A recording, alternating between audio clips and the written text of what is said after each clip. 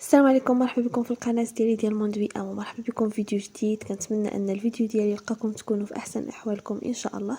اليوم غادي نحضر معكم الحوته كبيره معمره بالشعريه الصينيه في الفران، ورافقتها مع داك الخضيره اللي كتشوفوا في الفيديو. دونك نخليكم تعرفوا على المكونات.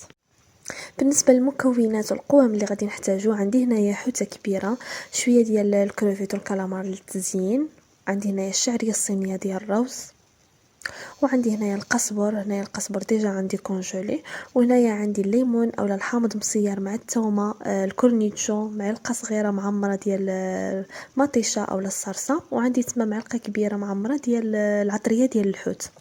بالنسبه للعطريه عندي هنايا الملحه، شويه الكمون، شويه الحمراء، وشويه ديال اليبصر، معلقه صغيره من كل حاجه، وعندي زيت بلديه والزيت النباتيه العاديه. صافي. بالنسبه لهاد الشعريه ديال الروز غادي نكب عليها الماء طايب باش تطلق لي راسها، وغادي نخلي هنايا الشعريه الصينيه غادي نخليها حتى ترطب لي مزيان في داك الماء طايب.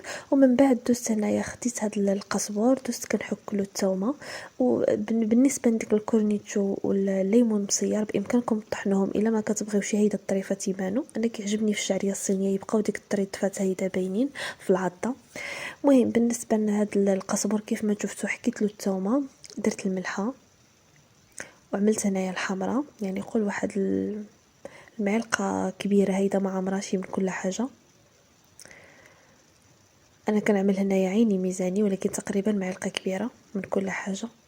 وصافي. وعندي هنايا اليبزار، عملت الحمراء والكمون وشويه ديال اليبزار وشويه ديال الملحه، وغادي نخلط هادشي هذا بزيت البلديه، واحد نص كاس تقريبا ديال زيت البلديه. صافي. غادي نخلط هاد المكونات هادو كاملين مع بعضيتهم، وغادي نضيف لهم هاد العطريه ديال الحوت اللي كتعطي واحد البنه مزيونه بزاف، والمطيشه اولا الصرصه.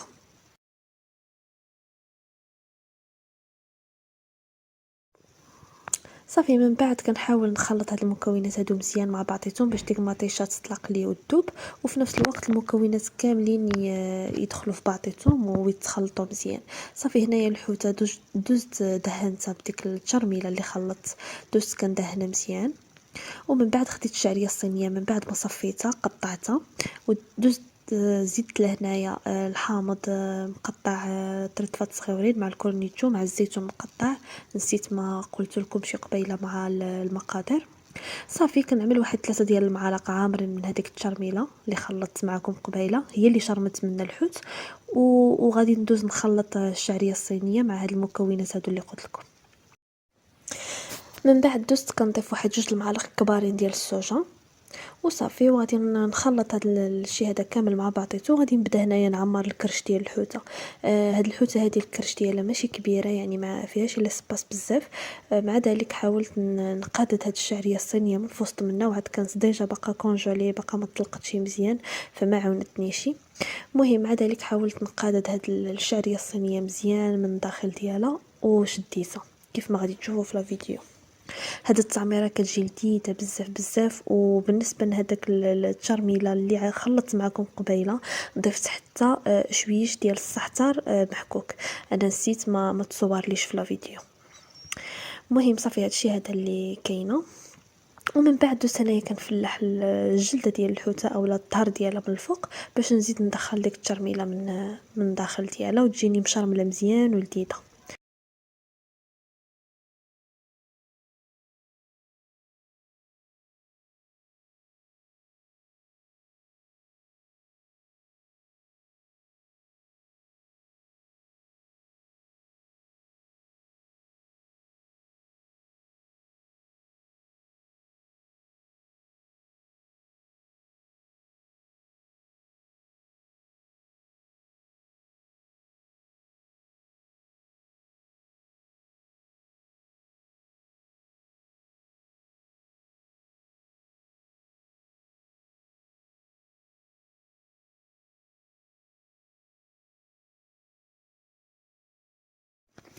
من بعد هنايا ما ساليت الحوته ديالي دوزت الترميله من الفوق كيف ما شفتوا، ودوزت فرشت هنايا الورقه ديال الزبده. ضروري من الورقه ديال الزبده باش الحوته كنغطيوها، يعني كتجينا بحال اللي طايبه في الفران، او ميم طون ضروري خصها تغطى باش ما تحرقش. يعني بغيناها طيب وما تحرقش، الا خليناها عريانه اولا من الصينيه فضروري ما كتحرق. المهم هيدا ملي كنفرشوا الورقه ديال الزبده كنحطوا ديك الخضيره اللي غادي نرافقوهم بحال مثلا خيزو، دوزت شرملته بهذيك الترميله هي نيته اللي كانت باقا لي بزلافه.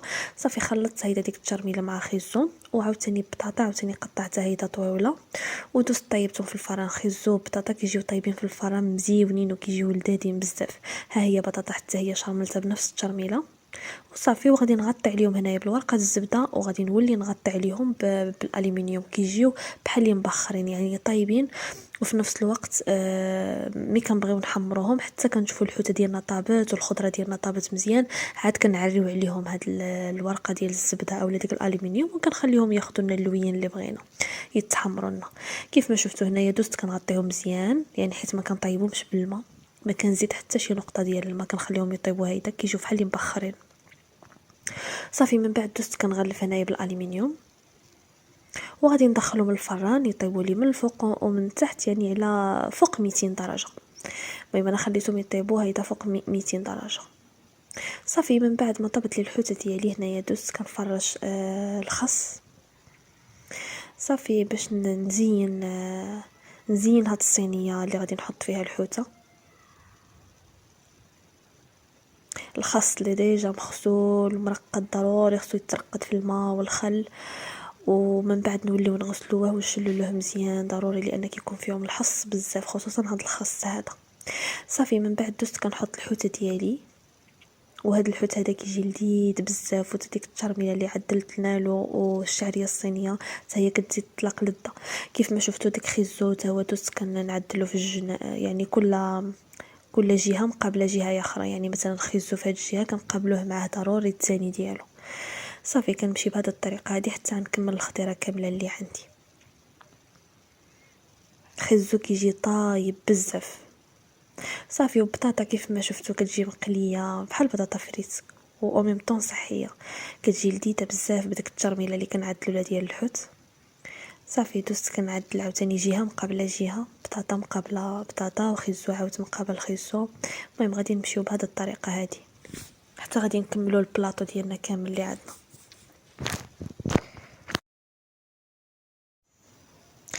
ومن بعد دوزت كنعدل هاد البروكولي اللي ديجا سلقته في الماء ومن بعد درته في الماء مثلج باش يبقى محافظ ليه على اللوين ديالو ما يكحلش. ومن بعد دوزت كنشحرو هيدا في المقيله اللي فيها غير شويه ديال الزويته مع مليحه. وصافي هذا هو الطياب ديالو اللي كنعمل له. كاع الا بغيت نزيد له شويه ديال التويمه محكوكه. ومن بعد دوزت كنعدل هاد الانواع ديال فلفله حمراء وخضراء اللي حتى هما صوتيتهم في شويه ديال الزويته ومليحه، كيجيو مزيونين مرافقين الحوت.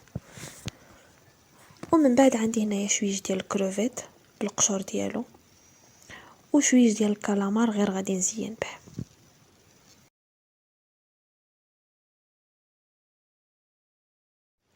وهيدا كنكون وصلنا للنهايه ديال الفيديو. كانت هذه هي الطريقه ديالي في الحوته معمره في الفران بالخضيره، اللي كتجي لذيذه بزاف بزاف. الخضيره ولا الحوته ولا ديك الشعريه الصينيه كيف كتجي لذيذه حتى هي. كنتمنى انكم تجربوها واكيد غادي تعجبكم. دونك هيدا كنكون وصلنا للنهايه ديال الفيديو. كنتمنى ان الفيديو ديال اليوم ينال الاعجاب ديالكم، واذا عجبكم لا فيديو ما تنسوش انكم تشتركوا عندي في القناه وتفعلوا الجرس باش هيدا يبقى يوصلكم كل جديد. ودابا غادي نقول لكم بسلام عليكم، تلاقاو ان شاء الله في فيديو جديد ووصفه جديده.